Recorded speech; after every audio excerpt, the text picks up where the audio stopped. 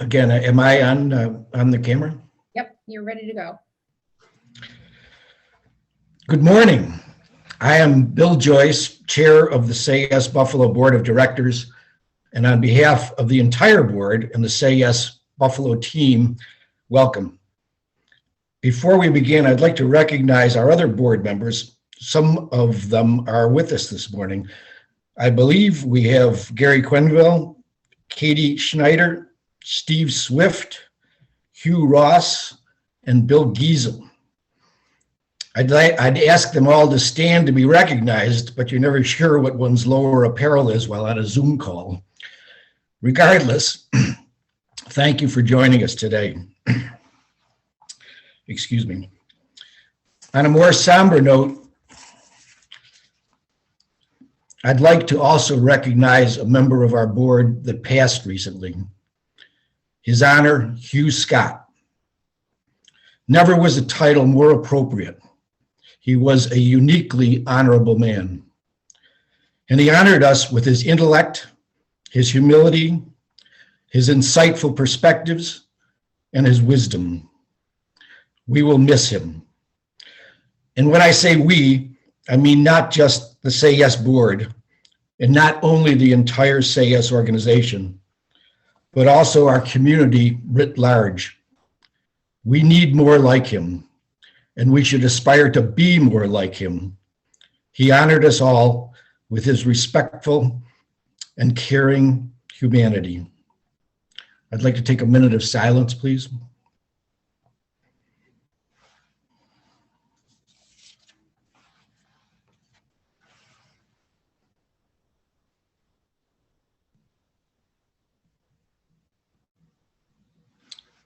Thank you.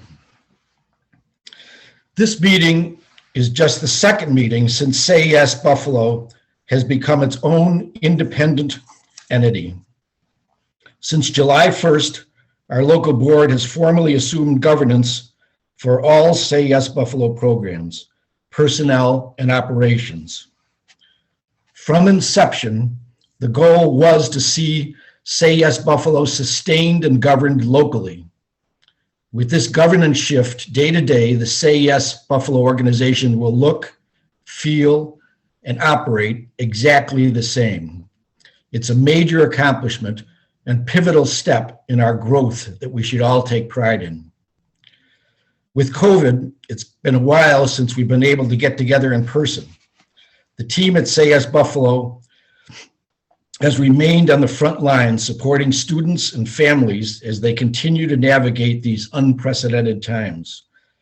Today's agenda will focus on just that, a high-level and thorough overview of each program area and what the team has been up to since our last update. Before we begin, I have a few housekeeping items. The meeting is being recorded and the presentation slides and/or recording will be available upon request. Please contact Emily Wyckoff if you're interested. Today's meeting will run about 1 hour and there will be time for questions at the end. If you have a question, post it to our chat box and we will review and respond. And please mute your microphone if not speaking. If you haven't already, please let us know you're here by typing your name in the chat and/or making sure that your caller windows names are showing. Next, we have to acknowledge you, our angel donors. Thank you, thank you.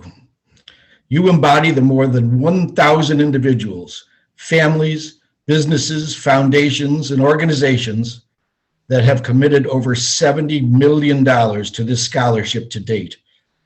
Because of you, the Say Yes Buffalo Partnership and everything you will hear about today is possible. Lives are being changed and our community is growing stronger. I cannot say thank you enough.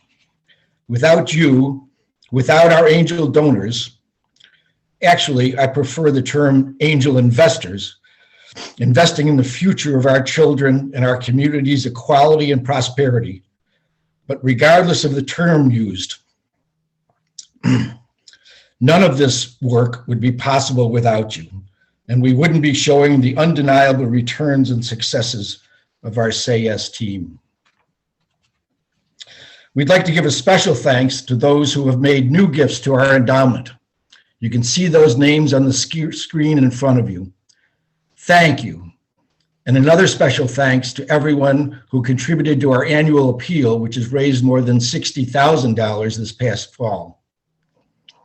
Now on to our presentations. I'd like to introduce our Executive Director, David Rust, AKA the Human Energy Bunny, who will introduce his team who are presenting this morning. Following the program updates, Dave will give an organizational update, and I will see you at the end for questions and answers. Dave? Thanks, Bill, and good morning, everyone. Appreciate you joining us this morning. Thanks for a great opening, Bill, and I certainly echo your sentiments on Judge Scott. Tremendous loss for our community. No easy pivot, but we do have a lot of good news to share today on our program updates. So I'm going to immediately turn it to my colleagues, Amanda Paul and Sylvia Lloyd. One note at the top of this, I would like to thank Dr. Grant and the City of Buffalo for joining this morning and their significant support of our school-based social service program. And an equally big thank you to Steve Swift of Blue Cross Blue Shield for their support of our health homes programs, which is part of the first portfolio you'll hear about today. So I look forward to speaking with you later, but now you're in great hands with my wonderful colleagues at Say Yes Buffalo. They're going to talk about the extraordinary work that they've led in support of students and families in the City of Buffalo since we were last together in November. So Sylvia and Amanda, take it away. Good morning, everyone. Thank you for joining us this morning. My name is Sylvia Lloyd, and I'm the director of our Preventive Services Program, which is part of our school-based social services program. I particularly work with our preventive family support specialists who work within the Buffalo Public Schools with some of the neediest families within the Buffalo Public Schools. Often families are referred to our preventive services program, and they may be struggling with things such as lack of basic needs, lack of safe and appropriate housing, lack of mental health treatment, substance abuse needs, and they are often involved with the child welfare system. Our family support specialists, who have been considered essential during the entire pandemic, have made over 1,700 face-to-face contacts with families and children between July 2020 and January 2021. They've made over 500 resource linkages, which were completed during the pandemic. Almost 400 of those were basic needs, food, and emergency supports. One of our most important linkages during this time was closing a technology gap for families while students have been virtually learning. Our family support specialists have been able to coordinate technology between BPS and families, including laptops, tablets, and also providing access to internet. Part of our school-based preventive services is also our health home, our mental health clinics, and our mobile health clinics. And I'm going to pass it to my colleague, Amanda Paul, who are going to tell you a little bit more about our great services in that arena. Hey, Sylvia. Good morning, everyone. I'm excited to report that through the support of the Health Foundation, we were able to increase our ability to work with children between the ages of 3 to 5 on our Health Home Care Coordination Program. Our coordinators support children who have chronic medical and behavioral health conditions, often a factor preventing them from getting to school regularly, even virtually. Prior to this support, we found we were really struggling with working with that age group.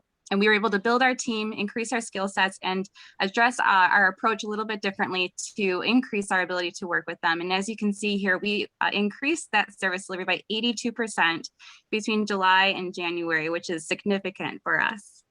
The impact of the pandemic on our students' emotional health has absolutely been staggering. And thankfully, the 61 mental health clinics have remained in place within the Buffalo Public Schools and delivered telehealth services throughout the pandemic. For students requiring more intensive supports, the clinicians did everything they could to still see some children in person safely and socially distanced. Our mental health task force continues to meet bi-monthly, and they work super hard to identify barriers to treatment, partner on initiatives, and make sure all families, staff, parents, caregivers, students know that these services are available. And we still have over 550 students enrolled in the school-based clinics at this time. And the last program I'd like to highlight from our school-based programs is the mobile health clinics. Given this was set up to break down barriers to access routine medical care, as students can typically come right from their school building, we weren't really sure what to expect during remote learning. After reconfiguring a lot of the processes with the BPS nurses and making it possible so any student from any school could utilize any clinic, ideally one close to home, we were really surprised by the success we saw over this past year. Currently, we are actually now over 100 students being seen on the mobile health clinic since December, and well over 150 immunizations, just to name one of the services that's provided. The goal has always stood to increase long-term routine medical care, not just for students, but for families. And a neighborhood health center, one of our providers recently told me a refugee family new to this area wound up linking 8 family members after only 1 student from their family connected with the program, which is just phenomenal. So our school-based team will continue to strive toward healthier and safer children no matter what obstacle we face, and we really appreciate all of the support. Now I'm going to pass it on to Mrs. Tanya Staples, Senior Director of Community Schools.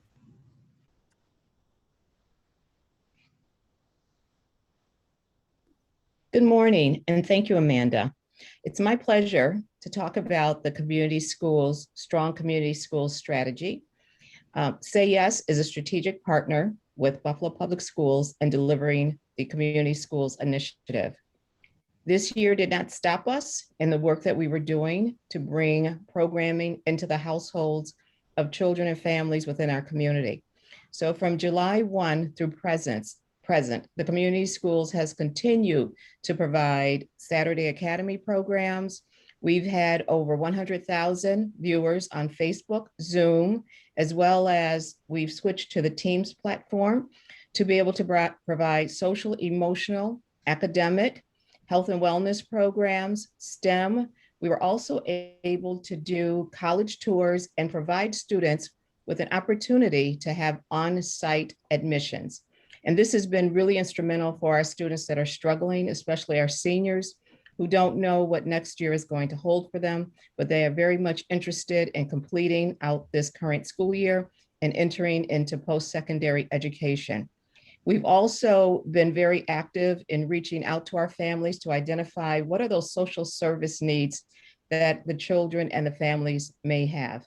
So our community school navigators through email, text, and other social media platforms, as well as going to households, delivering education materials, delivering meals when it was needed, and working with the students on their technology devices to be able to, again, ensure that there was a connection for the children and families so that there was not a beat missed. We provided school supplies, supported the families with language services, clothing, and also the families that were uninsured, providing them with an opportunity to connect with our healthcare enrollers to make sure that the family's healthcare needs were met. So at this particular point, I want to turn it over to my colleague, Jelena Smallwood, Director of Parent and Family Engagement. Thank you, Tanya. Good morning, everyone. So again, I'm Jelena Smallwood, Director of Parent and Family Engagement. I directly oversee our Parent Center, Adult Education, and Legal Clinic work underneath the Parent Center portfolio, but most importantly, connected to the community schools portfolio. So when we shifted to the pandemic, our primary goal was to retain the authentic relationships that we had built with families and to ensure that during this time, as we know their needs increased, that at some capacity, we were still able to meet those needs. We were able to do this by ensuring that we stay connected to our district partners, our community partners, but also most importantly, increase our connection to our internal Say Yes supports so that we were able to see the dosages of needs and programming that our families secured through our internal programs. Starting in July, we were able to offer 172 family engagement experiences offered by our blended program model across parent centers and adult education. And that is from July to today. We've engaged over 17,000 participants through our virtual experiences, which we call Family Engagement on Demand. And that includes over 180,000 views from our virtual programming. We've engaged in existing partners that we use in the brick and mortar space, but also onboarded new partners who saw that we had a unique way to engage our families and wanted to be able to share their resources and services with them as well. Some of those partners include Microsoft Office, the American Heart Association of Western New York, Tesla, Ohana 100, the McDonald's Corporation, and more. On March 30th, we launched our first virtual program, but we reimagined family engagement for the upcoming school year, ensuring that we kept the voice of our families present, and we really used the human desire design to ensure that the services that they needed while they were supporting their students with academic instruction were available, so that we were able to reduce the additional barriers to success for our students. Our part-time Parent Center engagement liaisons conducted over 500 well-being phone calls. We reimagined our Operation Warm and were able to still facilitate and give away over 200 coats during the winter season and 600 cozy kits. Most recently this week, in honor of Mother's Day and to ensure that our teens in our schools had period protection, we offered 500 lady kits that were distributed during the grab and go sites.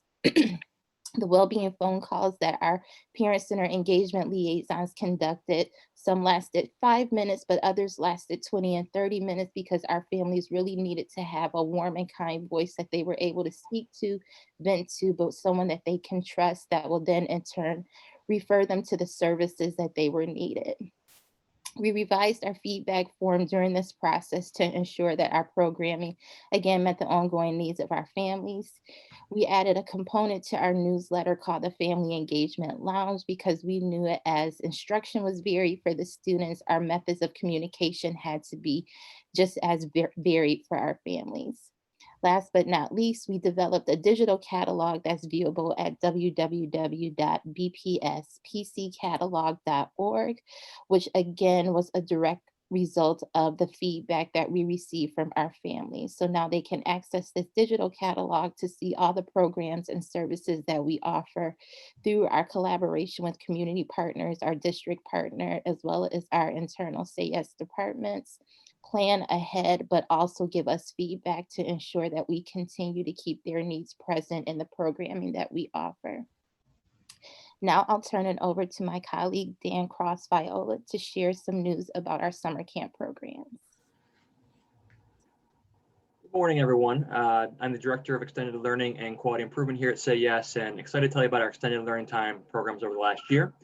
So when we came into this school year, we knew that a lot of families were back to in-person work, but schools remained closed. And this created a big need in two areas. One was childcare. There was not a safe place for students to go during a school day where they could be in the care of responsible adults. The other was technical assistance. We knew that the virtual learning was not just a slam dunk where students plugged in and they were good to go. There's a lot of need on the parents' end to make sure that students were really engaged. I'm sure anybody out there that has children that have been involved in virtual learning understands exactly what that means.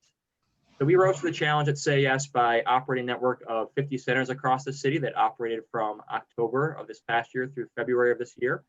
This was done in partnership with the county as well as the school district and a whole host of nonprofit organizations and childcare centers to ensure that we had a very broad-based, good spread of sites throughout the city. These sites served 1,800 kindergarten through 8th grade students. And the basic footprint was that they were a safe place to go where there is caring, responsible adults, and there is technology, there was workstations, there was internet access, and those adults were able to provide that technical assistance that was really needed to make sure that these students were engaged.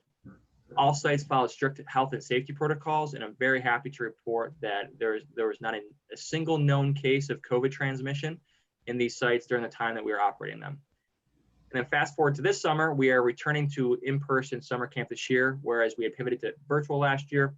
We'll have a network of 31 camps across the city operating for 6 weeks, July 12th through August 20th.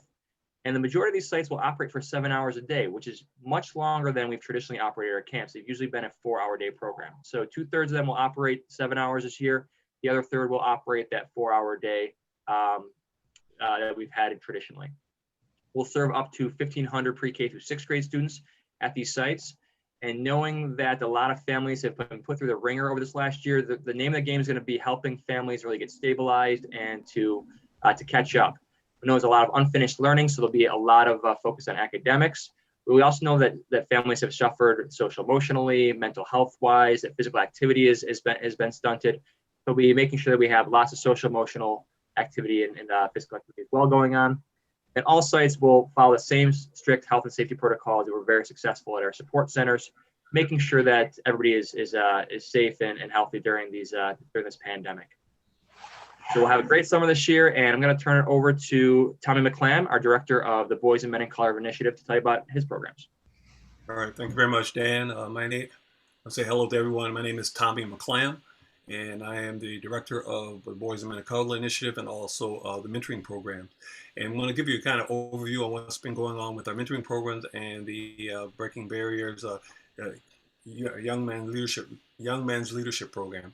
First of all, as you know, COVID-19 has caused us to kind of retrofit all of our in-person contact with young people, and we had to actually do it all virtually. So I mean, turning over all of our procedures. And so I wanted to dive right into the mentoring program and some of the impact that we've had with mentoring, even during the COVID-19 pandemic time.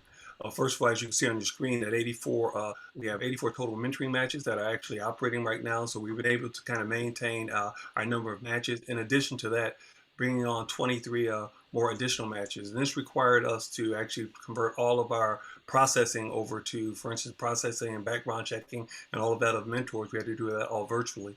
And just to have be able to do that in the mentoring program on the fly was just a phenomenal feat for our staff, our great staff, Ishadi Rivera, Tarika Baltimore, and Daniel Robertson, just the work they did in order to convert those over, and just got to give them a shout out. Also, as you see on the screen, also we did virtual events, and our virtual events we had about 161 participants, and these participants came from all over the city. And part of that, as we work with the mentoring programs, we combined some of our work with near peer and mentoring. So the near peer students also had a chance to learn from students who are already in college at the same time. So that was part of actually our converting the two together. And if you all also note on your screen that our monthly contacts with mentees and mentors continued on. We continued working with our professionals who continue contacting our mentors. Finally, around our mentoring program, we were able to convert all of our onboarding process. So the onboarding process was converted, and in doing that and converting them over, we were also able to make more personal engagement. I think a lot of folks thought with doing virtual, we thought at first that we wouldn't be able to do that, but we found that doing it, we were able to become more personal because we had more contact with our young people.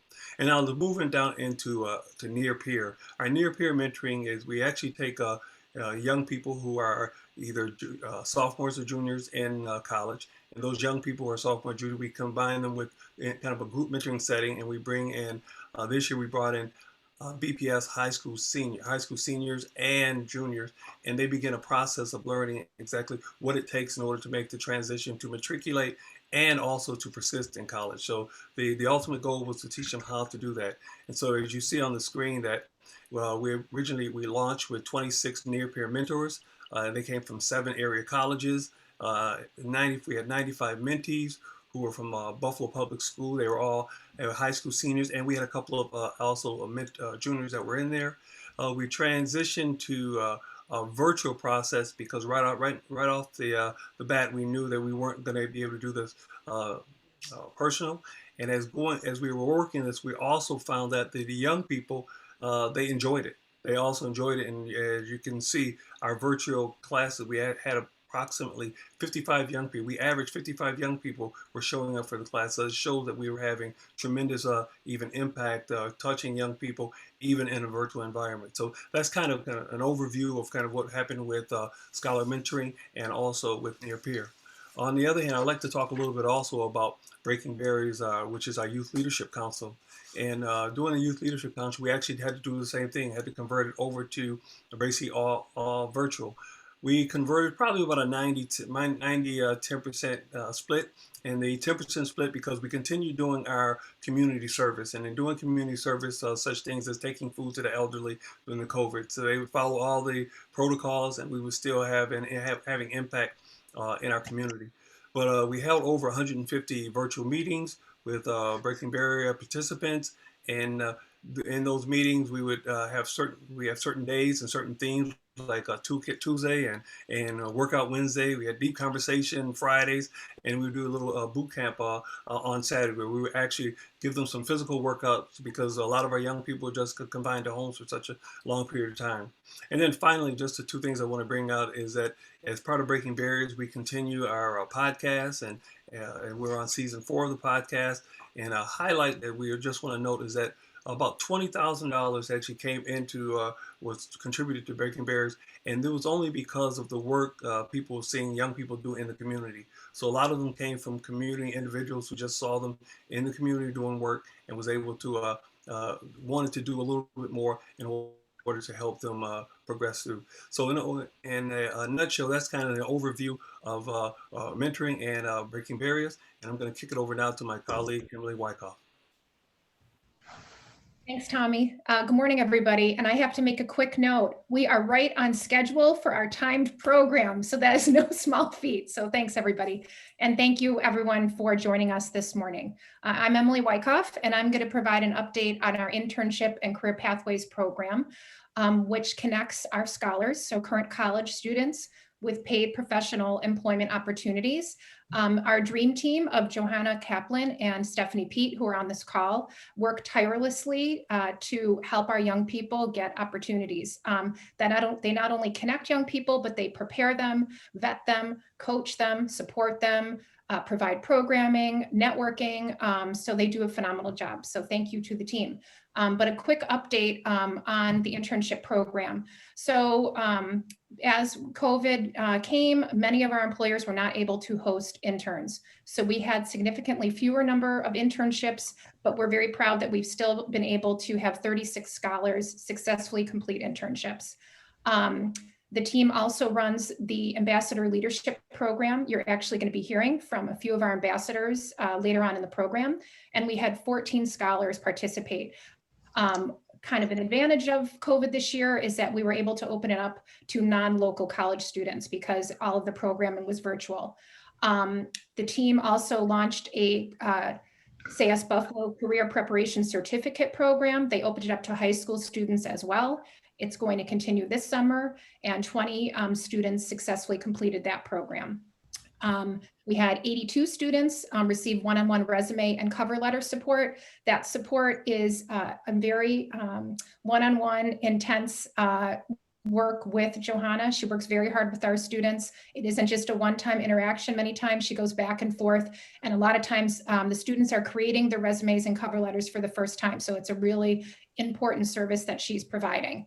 The team also launched 2 workshop series, Career Conversation for young people. They are held about once every quarter, and they assemble a panel of professionals from different targeted industries that our students are interested in and give them the opportunity to learn about what it's like to be a lawyer, what it's like to work in healthcare, what is it like to be an entrepreneur. So that has been a really great new offering for our young people. And then they also launched an employer think tank series that is for employers focused on racial training. And as Stephanie has just launched that, it's been great. And she also has a newsletter that goes along with it. And one other very important service that they did last summer is we made phone calls to every single current SAS scholar. They were successfully able to reach 775 scholars and helped provide 238 linkages. So these were just check-in calls to see how they were doing, how were they faring, did they need any help? And so that was a really important service. And if we can go to the next slide, I can just talk about a few things that are new in the program.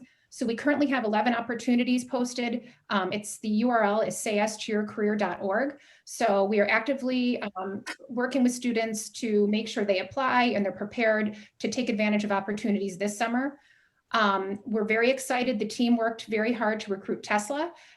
They hired 4 SAS scholars for internships this summer. Those will be starting shortly. The Career Certificate Program will again be running this summer. And again, as I mentioned, the newsletter for the Employer Think Tank series just launched. So that is the end of my update, and I'm going to turn it over to my colleague, Betsy Barrand.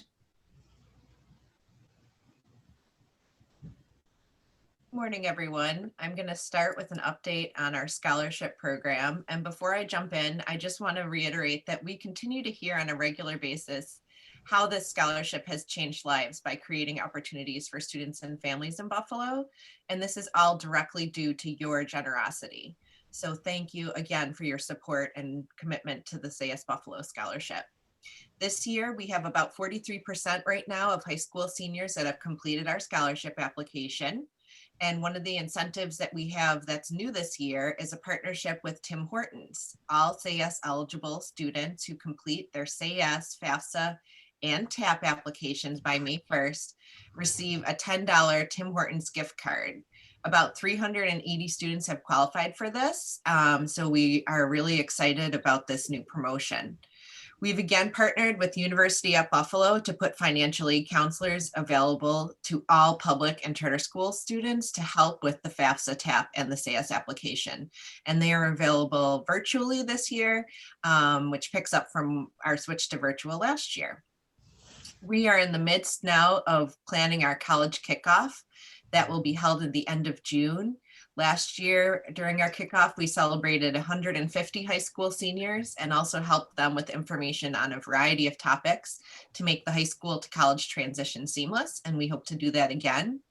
And lastly, this is a little bit in the weeds, but we have a new scholarship system that we're really excited about that's being used to process all applications. And we're currently in the process of moving current scholars also into the system. This is really exciting and will allow us to be more efficient in processing scholarships and more responsive to the needs of our scholars. I'm also going to talk to you about our early childhood program.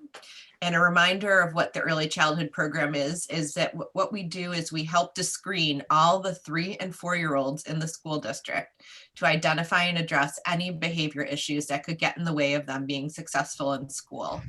We use a tool called the Ages and Stages Questionnaire, or the ASQ. And so far this year, we've done 541 screenings. That's about 40% of the 3 and 4-year-olds in the school district. All of those kids that we've screened so far, 84% are on track, but 16% were off track.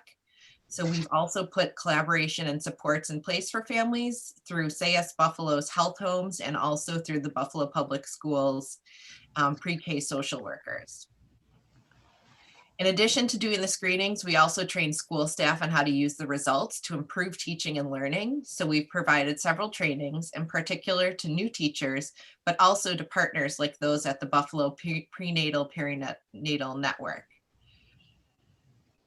Looking ahead, we are looking to create a collaboration with the International Institute and the Language Line to further support our screenings with English language learning families, and also to put additional parent education supports in place for those students who scored off track. And one reminder you see on the screen here, we've got some screenshots of our blog. We have an early childhood blog called Homegrown.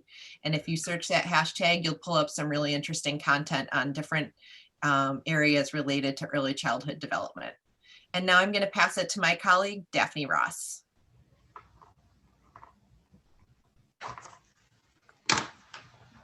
Okay, hello, good morning, everyone. I'm Daphne Ross, Senior Director of College Success and Communications. I'm joined with my colleague, Chris Lee, our Data Director. Just go through our Buffalo College Success Network overview and the work that we have been doing during the past few months. As a reminder, we received a grant from the Bill and Melinda Gates Foundation almost 2 years ago now, and that grant was given to us to increase supports and services to seniors making the transition from high school to college. So along with our partners, our higher ed partners at Villa Maria, Medaille College, Buffalo State, and SUNY Erie, as well as our partners at the school district, we came together and put together some strategies and tactics to help increase students' success in high school and matriculation to college. And as we conclude this grant, the 24-month grant period at the end of May, we have established the College Success Network. So it really is a network of all of our local college partners working together to promote college access as well as college success on their campus for our Say Yes students. The work of our counselors and our mental health clinics are going to be sustained by each institution So we were able to hire 11 counselors across those 4 campuses that are embedded to help students with any barriers they have to success. And that work is continuing on beyond the grant, as well as the mental health services that were added because of the grant. We also created a college transition course for students to take in their senior year of high school.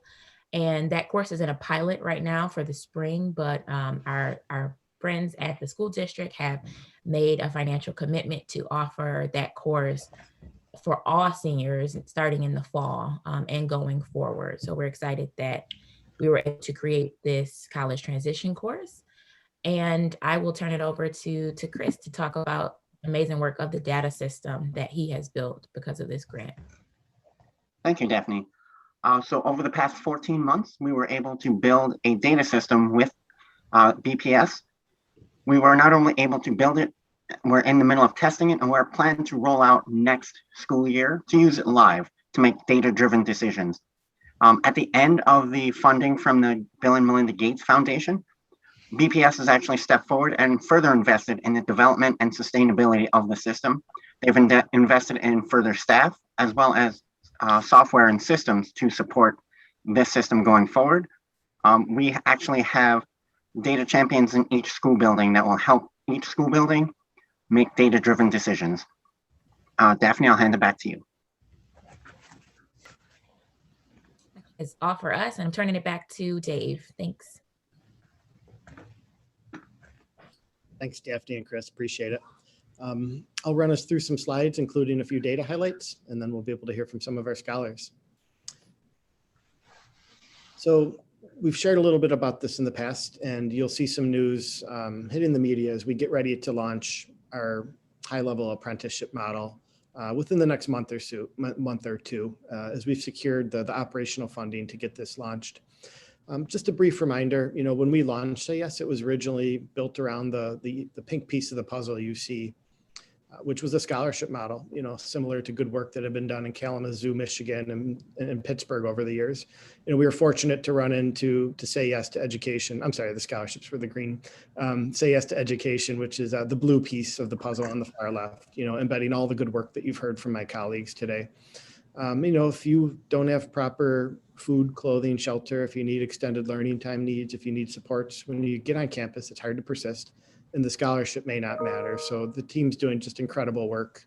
And one of the lessons learned was we needed to take that model and put it onto college campuses as well, supporting the good work happening on campuses, which is the good work we just heard from Daphne and Chris. So, next we're stepping into our role in workforce development in hopes of building a stronger Western New York economy and continuing to provide workforce access to our scholars. As a note, this high-level apprenticeship model will augment our scholarship. So we're going to continue to provide 2-year degrees, 4-year degrees, certificates. This is another model which will give students an option with what we anticipate would be a quick pathway into a mid-skill, mid-wage position. We've been working with 5 large employers to help us plan for this model, and I'll note them in a moment. But this is an example of what this could look like at Wegmans, who's one of the employers we've been working with. Where we will start to work on a dual credit model senior year of high school, which brings together the Wegmans team, our colleagues at the Buffalo Public Schools, so that students can start to learn about the opportunities available at a Wegmans, including job shadowing and starting to take some higher ed courses their senior year that would transition. Then post-graduation, students will work through a 1-semester 12-credit co-op as a gateway to that mid-skill, mid-wage job. They'll also have a certificate which will, from an institute of higher ed, in this case, it could be SUNY Erie. They'll be paid for the apprenticeship model. Then the goal is on the back end that they would be able to transition directly to employment at a Wegmans. Wegmans is doing this work really well. They've done it for a long time. Our role is largely around student access and getting them to Wegmans, where they can work across many paths. They could be culinary, could be management, and it could be business operations as examples at Wegmans. On the next slide here, you're going to see the verticals that we've selected with the employers to launch with. All the employers we're at a varying level of commitment to this. I just wanted to recognize the employers that have helped us build this model over the last year and pick the verticals. So Moog, Rich Products, Wegmans, KeyBank, M&T Bank, and Lighthouse Technology Services. The goal is to grow this over time, but starting with the 3 verticals you see here: advanced manufacturing, business operations with titles around project coordinator and financial services, and then IT through support technicians and junior coding. We're also excited to note that Say Yes Buffalo, our partnership, will be named at the end of May, one of the next cities that's a national member of the Partnership to Advance Youth Apprenticeships, with the acronym being PAYA. This designation carries a lot of prestige around the country as we look to join a growing network of cities looking to launch apprenticeship as a key lever for economic and social mobility and also racial equity within communities. So this is good news and a great add-on to our portfolio at Say Yes Buffalo. A couple other highlights. Just wanted to note that we were recognized in the New York Times this past year for our partnership with the University at Buffalo around FAFSA completion. And I'd also like to note one of our scholars, Tiara Purdue, just a wonderful young woman honored with the Athena Be Inspired Award through a partnership with the Buffalo Niagara Partnership. So congratulations to her. A couple other notes I wanted to share too. Under Daphne's leadership, she worked together with the Gates Foundation to highlight our work to close racial equity gaps for students journeying from early education through a series called Refuse to Lose. This was sent out to all of our investors and is extremely well done. And if anyone would like a good read, please let us know and we'll be sure to get that to you again. Couple comments that we wanted to make. I would like to sincerely thank a couple of our board members, Daniel Lewis and Dennis Gale, two of our founding board members, for tremendous service as founding board members and visionaries behind Say Yes Buffalo. They have given their time, their talent, their treasure, and their expertise to our work and are at a point of transitioning off our board now as per our bylaws. They will be missed, and I'm grateful to them for the visionary work in launching Say Yes Buffalo. I would also like to thank some incoming board members, Don Boswell, Heather Farnsworth, Yvonne Miner-Reagan, and Francisco Vasquez. Many of you know these wonderful colleagues who will join our board this upcoming July. Don will be joining in July of 2022 as we look to build classes going ahead. And we look forward to the contributions that they'll make on behalf of young people in our community. Also some exciting team transitions. Bill had noted at the top our pivot to independence, and with that has come bringing infrastructure in-house. So we're pleased to announce Colin Gale as our HR director, who has been with us in a part-time role shared with Child and Family Services for the past 2 years. Colin joins us full-time July 1. We've also made a critical hire in bringing on our first chief financial officer at Say Yes Buffalo through the selection of Laura DeLuca, who has great experience as a CFO and a controller, both in the nonprofit and for-profit arena. And Laura will be joining us at the end of this month as part of this infrastructure transition. So critical hires for us, and we're really pleased to have these colleagues join our team. I'm going to share a couple data points. I'll go fast here because we're a couple minutes behind. But if anybody has questions, please feel free to reach out. As you're aware, significant gains in high school graduation rates and college growing rates, as you see here, 27 points and 23% respectively across the first 7 years of our work. On the next slide, we're going to get into a little bit of scholar data here, which is our first time sharing this with everyone. So 1,500 plus college graduates. Those college graduates have earned almost 1,700 degrees. We wanted to share the gains of post-secondary enrollment. You'll see here pre-launch, we are averaging around 900 students enrolling per year, maintaining over 1,100 per year as students have become eligible for the Say Yes Scholarship. A big thank you here to Betsy and her colleagues in scholarship for leading the effort. And as she noted, this would not be happening without your generosity of supporting our scholarship fund and now our endowment. Just putting this into data points, you can see here that we're reversing trends around the country and in the state. Matriculation is down across the country and in New York State, and Buffalo, it's up. Also, we like to compare how we're doing against our peer districts. So Buffalo continues to be ahead of high poverty districts and districts, the majority of students of color, which is Buffalo. Buffalo's 80% students of color. We're in line with urban districts. Where we're trying to go is those bars you see on the far right. And we'll continue to make gains over the years to continue to push towards the best possible outcomes for our students. We also have an increase in freshman to sophomore persistence, which is terrific news. And this will only continue to grow through the Gates portfolio. All the efforts that our team has led will stay here post-investment. The beauty of that Gates investment, it was short-term philanthropic grants that will maintain supports long-term. So we look forward to continued gains in persistence for our students as well. Again, persistence is up in Buffalo, and nationally it's down in New York State. So, good compelling news for Buffalo and a district that continues to have a lot of need. We did want to note, again, Buffalo, this is an opportunity for us. The data you saw here today was pre-Gates. It's one of the reasons that we pursued that investment, is Buffalo states are persisting at a lower rate than our peer districts. The good news coming out of the Gates grant through Daphne and our partners' work is that we did see persistence bumps at 3 of our 4 campuses. So we anticipate these numbers continuing to move in the right direction, given the supports that are now on our 4 largest feeder campuses, which comprise 70% of Say Yes scholars. Again, I had noted our 1,500 students that have earned almost 1,700 degrees. From here, you want to start on the far left, because those are the classes that have had the most time to work their way through degrees. Obviously, when you look on the far right, these are students, many of whom are still earning their 2-year degrees and, of course, their 4-year degrees. Again, contextualizing the data, completion here. This is the hardest indicator for us to move because it takes the most time and effort. Completion is up compared to New York State and across the country.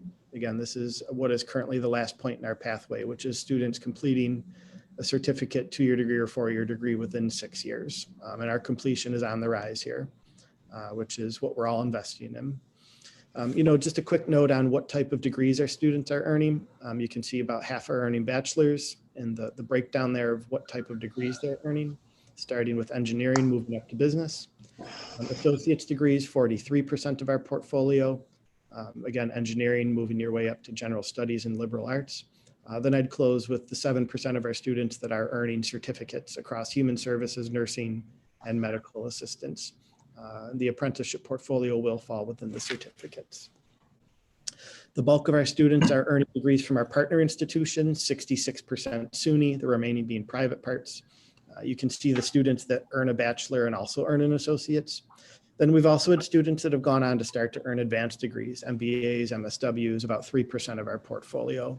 I'd also like the internship program, which has been significant on 2 points, helping students graduate, but also help them earn our local workforce, which has been a goal all along. So I will now turn it to my colleague, Johanna, who will introduce our Say Yes Buffalo ambassadors. Johanna. Good morning, everyone. My name is Johanna Kaplan, and I am one of the supervisors of the Internship and Career Pathways program focusing on student outreach. My colleague Stephanie Pete and I also facilitate the Ambassador Leadership Program. This program is a give and take relationship with our Say Yes scholars. We hold monthly workshops that combine leadership, skills-based discussions, and presentations facilitated by local leaders, helping our scholars further develop their leadership skills. Scholars also then act as our ambassadors to the community and their peers, sharing their experiences as Say Yes scholars and letting their peers know how much Say Yes has to offer. We were fortunate enough to be able to still run this program virtually since March of last year, transitioning from in-person during last year's cohort and being completely virtual for this year. I'd now like you to meet some of our ambassadors from the past 2 program years. When I call your name, please introduce yourself, where you went to high school, college, your major, your career goals, and what you've gained or learned from the ambassador program. And we will start with Eden Lowinger. Good morning, everyone. So I'm Eden. I went to high school at City Honors, and I'm currently at Binghamton pursuing a bachelor's in psychology. I'm considering school counseling as a career, but I'm not completely sure yet. But the great thing about Say Yes is that they've been able to get me in contact with like people who are like a school psychologist. I was able to have an interview with them, which was really wonderful. And the student ambassador program challenged me to consider like what values made up a leader, and also helped me to appreciate those values in the people around me, which I think is great. And all the other student ambassadors too, I feel like I took a lot from them. And we were able to, even though it was an online space, we were really able to come together and learn from each other, which I thought was really valuable. Thank you so much, Eden. And next we have Maria Jaya. Hello, everyone. I am Maria Jaya. I graduated from City Honors in 2018, and I am currently a junior at Vassar College. I am in environmental studies and Russian studies double major, and I am planning on pursuing a career in international environmental law or environmental policy, something like that. So I definitely feel like I've gained a lot from the ambassador program. It's actually really difficult to say something concise about it. But I think what I have really enjoyed is that it has been both a source of really valuable practical skills having to do with my professional life and professional development, but also at the same time has been a very introspective experience where I've learned a lot about myself and my own leadership style and my own personality traits and characteristics, and have also had many opportunities to reflect on my own strengths and weaknesses, which has also been really important to being successful and a good leader. So I really enjoyed that mixture. Thank you so much. Yeah. And next we have Amy Nguyen. Hi everyone, my name is Amy Nguyen. I am an alum of Hutch Tech in downtown Buffalo, and I am currently a junior at UP studying business management. Sorry. I actually plan on going into HR, and with the help of Stephanie and Johanna, I've actually been able to talk to a lot of people in that field and learn more about what that job really entitles. Through the leadership program, I've actually learned a lot about my own leadership skill, and then how I can improve on that in the future. I've also learned how to communicate better. Before, I wouldn't have been able to talk like this. I was a super introverted person, and I'm glad that now I can stand with more confidence in myself as a leader and as a speaker in general. So yeah. Thank you, Amy. Next we have Zale Gaskin. Good morning, everybody. My name is Zale. I graduated from Hutch Tech in 2017. I currently go to Buff State, where I am a senior, double majoring in communications and political science, and I will be graduating in this summer. My goals for now is I do want to attend law school and become a lawyer, a criminal defense attorney in particular. And what I've learned from this program is that I've learned the different styles of leadership.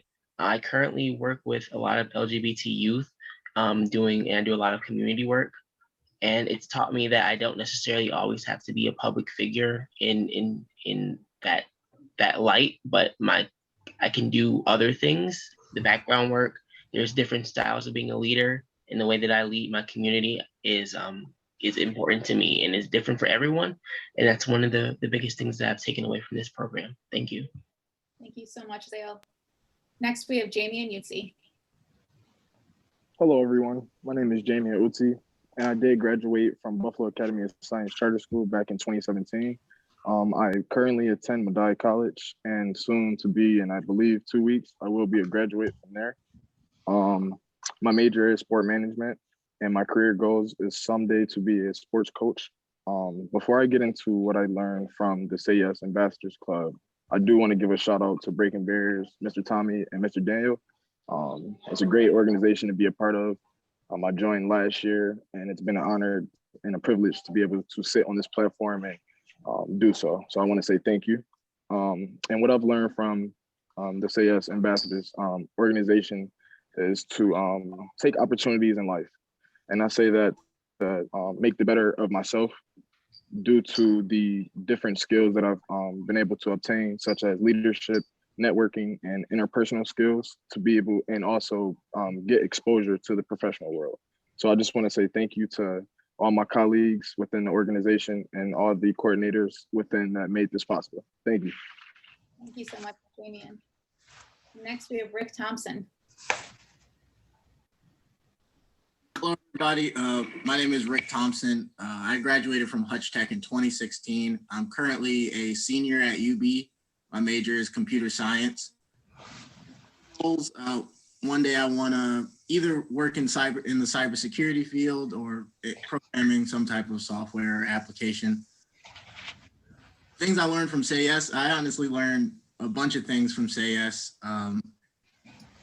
Public speaking is one. I wouldn't have been doing this before I even thought about being a Say Yes ambassador. I would have never even thought about talking to a room full of people. And now I've talked to auditoriums full of high school children about, migrating to college and what they should expect. And I've moderated a couple of these virtual things, even after I finished up being an ambassador. So just that alone is a big change for me. But honestly, Johanna and Stephanie, the skills and experiences they've allowed me to gain and acquire has really, I want to say, put me in a better position for when I graduate college. I've even gotten an internship based off of some of the stuff that they, I guess, allowed me to be a part of under the Say Yes ambassadorship. And one of the things really was the resume training with Johanna. The interviewer even said I had a nice resume and where I had help setting it up. So it's really been a big thing and a big change. And I hope that more students can, experience what I did. Thank you so much, Rick. And I have to say it's an honor and a pleasure to work with all of you and your peers. It is my favorite part of this job, and appreciate all of you being here today. And I believe that wraps up all of our programming for this morning. I'm going to turn it over. Thank you, Johanna. Bill Joyce again. Wow. Every time I go through these, I'm impressed and I learn more and more. I suspect just anyone must be struck by the fact that Say Yes Buffalo has become so much more than just scholarships. It has actually become a community service backbone organization, and that's not a self-designation. Clearly, institutions like the Wilson Foundation on a regional perspective and the Gates Foundation on a national perspective believe us to be that also. And the leadership team has embraced these service opportunities to improve outcomes for our scholars and our future scholars, and I salute them all. It's just been magnificent. Quite a ride, and it looks like we're really heading for even greater things going forward. We'd like to get in some opportunities for questions, so I'm going to turn it over to Emily, who will start off with any that we might have in the chat box at this point. Thanks, Bill. Yeah, I don't see any questions in the chat that haven't been answered. I know, Jerry, you had some questions in here about participating colleges that have been answered. So I think we can open it up. If anyone has a question, feel free to unmute yourself and ask your question.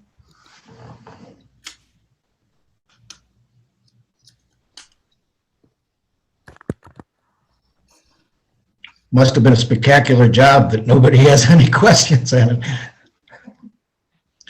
Well, if there aren't any, I would again thank you all for joining us, and I would especially thank you all for your support.